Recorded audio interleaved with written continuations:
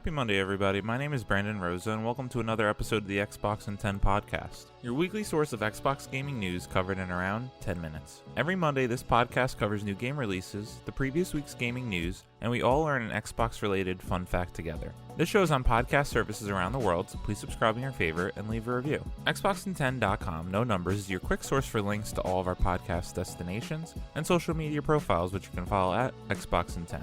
To start, let's talk game releases.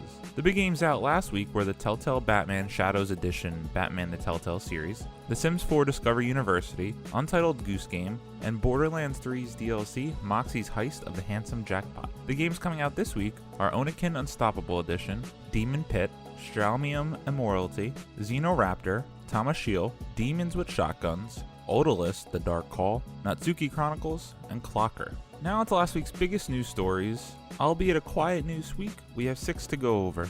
Number 1. The next generation of Xbox is just called Xbox. Ryan Gilliam at Polygon writes, during the Game Awards 2019, Microsoft unveiled the next generation of Xbox, the Xbox Series X, or that's what we and everyone else thought it was called. However, Business Insider recently spoke to a Microsoft representative who confirmed the next generation's name is simple. Xbox Series X is the name of the model coming out next year.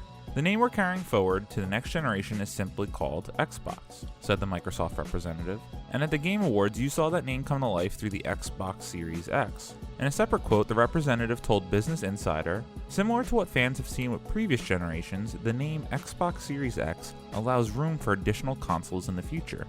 This is a similar naming convention to the powerful Xbox One X and less powerful Xbox One S. It is unclear if Xbox intends to continue denoting the weaker console with S, leading to an Xbox Series X next year as well. It's also possible Microsoft could ditch the cheaper model altogether, and the Series X will be the only next generation console from Microsoft in 2020. Xbox boss Phil Spencer talked about the name with GameSpot too, noting the possibility of other versions. In the name Series X, it gives us freedom to do other things with that name, so that we can create descriptors when we need to, Spencer said. The Series X offers exciting new features for Xbox players, including a new controller with a share button. The recently announced console can also play all generations of Xbox games and is more powerful than the Xbox One, but all that really matters is we know what the next generation is actually called now. It's Xbox, damn it. That's the official name.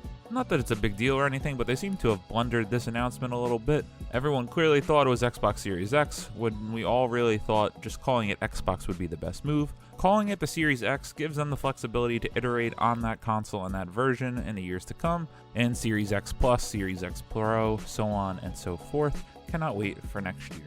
Number 2. Xbox Series X will have backwards compatibility at launch.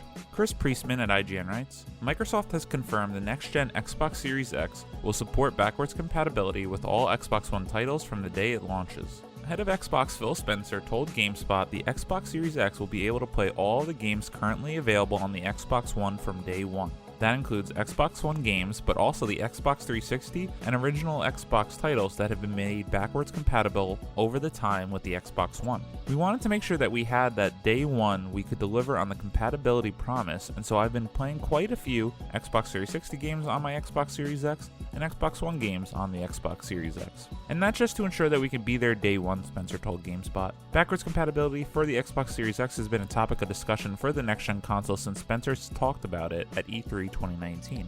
The promise back then was that the Xbox Series X would support games across 4 generations of Xbox consoles: the original Xbox, Xbox 360, Xbox One, and Xbox Series X. What we didn't have back then is any mention of when that promise would be fulfilled. Long-term Xbox users will know that backwards compatibility has been gradually introduced over the console's lifetime, with new, old games given support on a fairly frequent basis. With this latest news, though, we know to expect the 575 backwards compatible games currently available on Xbox One will also be on Xbox Series X when it launches in holiday 2020. Xbox's Director of Program Management Jason Ronald also confirmed to GameSpot that you'll be able to transfer your gamerscore, friends list, and achievements and game saves to the Xbox Series X straight away. Making sure all this is possible is a lot of work, and so the Xbox team have been focusing on backwards compatibility for the Xbox Series X since at least June 2019. That's when the last bunch of backwards compatible titles for the Xbox One arrived, which included Splinter Cell, Prince of Persia, and Far Cry. Confirming that the full backwards compatibility promise will be available right at launch is great for consumers. It adds further value to our purchase in the new console, as we have 4 generations of games now day one ready on our new console, and a generation of accessories and controllers for our new console. Shout out to Microsoft for their continued efforts in this endeavor.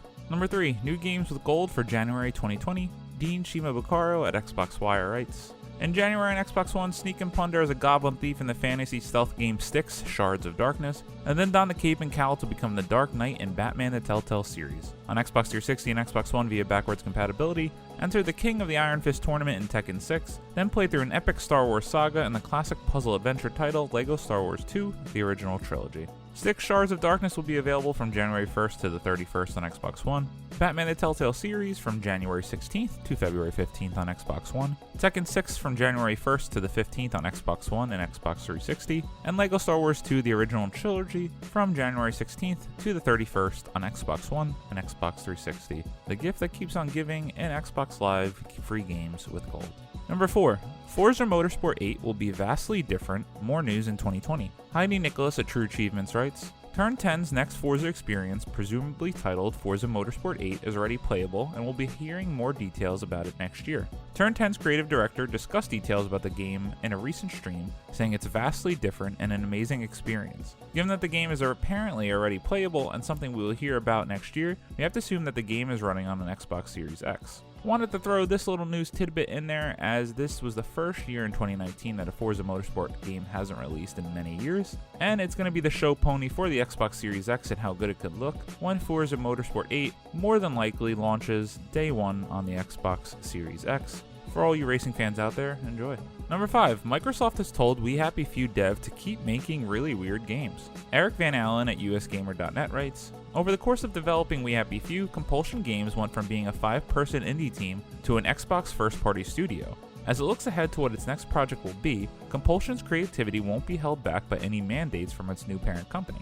In a new documentary about the development of We Happy Few called The Cost of Joy, Compulsion Games producer Sam Abbott says trying to maintain creativity inside Microsoft is not as hard as people think it is. We've been told to keep making really weird games, just different things, says community developer Nalia Hodges. So on the creative standpoint, it's just been all positive. It's actually removed a lot of the focus from finding where we're going to find the next paycheck to actually concentrating on what it is we need to make great games, says creative director and Compulsion Games founder Guillaume Provost. The Compulsion team shared similar sentiments in an interview with US Gamer for a postmortem on the rocky development of We Happy Few.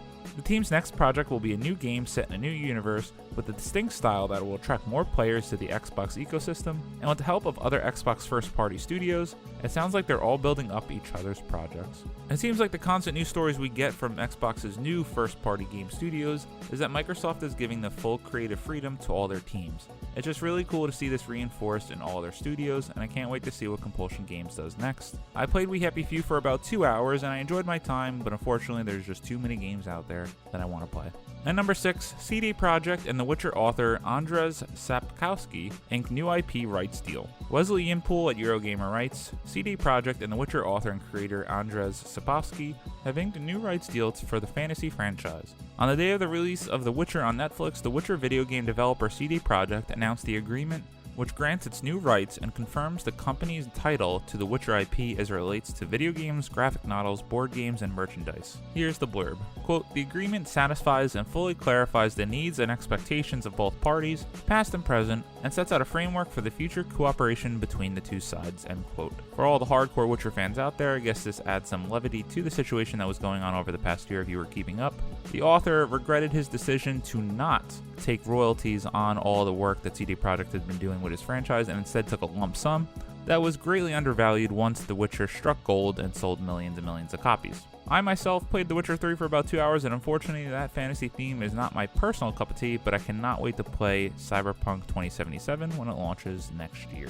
As always, we end our show with a fun fact about Xbox, and this one is about sound on the original Xbox. Credit to Andrew Smith at thegamer.com. Music to your ears. It's not easy being a pioneer in anything, and oftentimes what you have done in a particular field isn't recognized until long after the product's end. Such is the case with the Xbox and the implementation of live audio through Dolby Digital 5.1.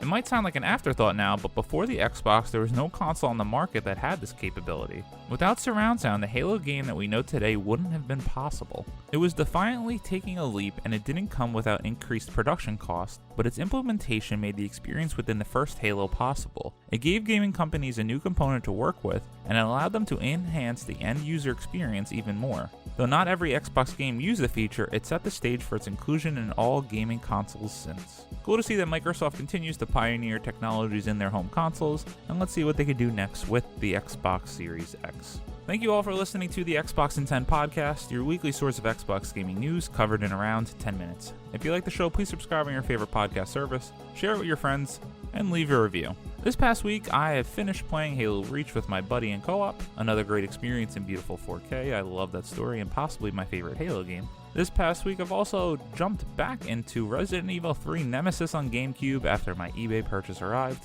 Can't wait to finish that out. I hope everyone has a Merry Christmas and a Happy Holiday. My name is Brandon Rosa. You can follow me on Xbox at Brosa93. I hope you all have a great week and keep on gaming.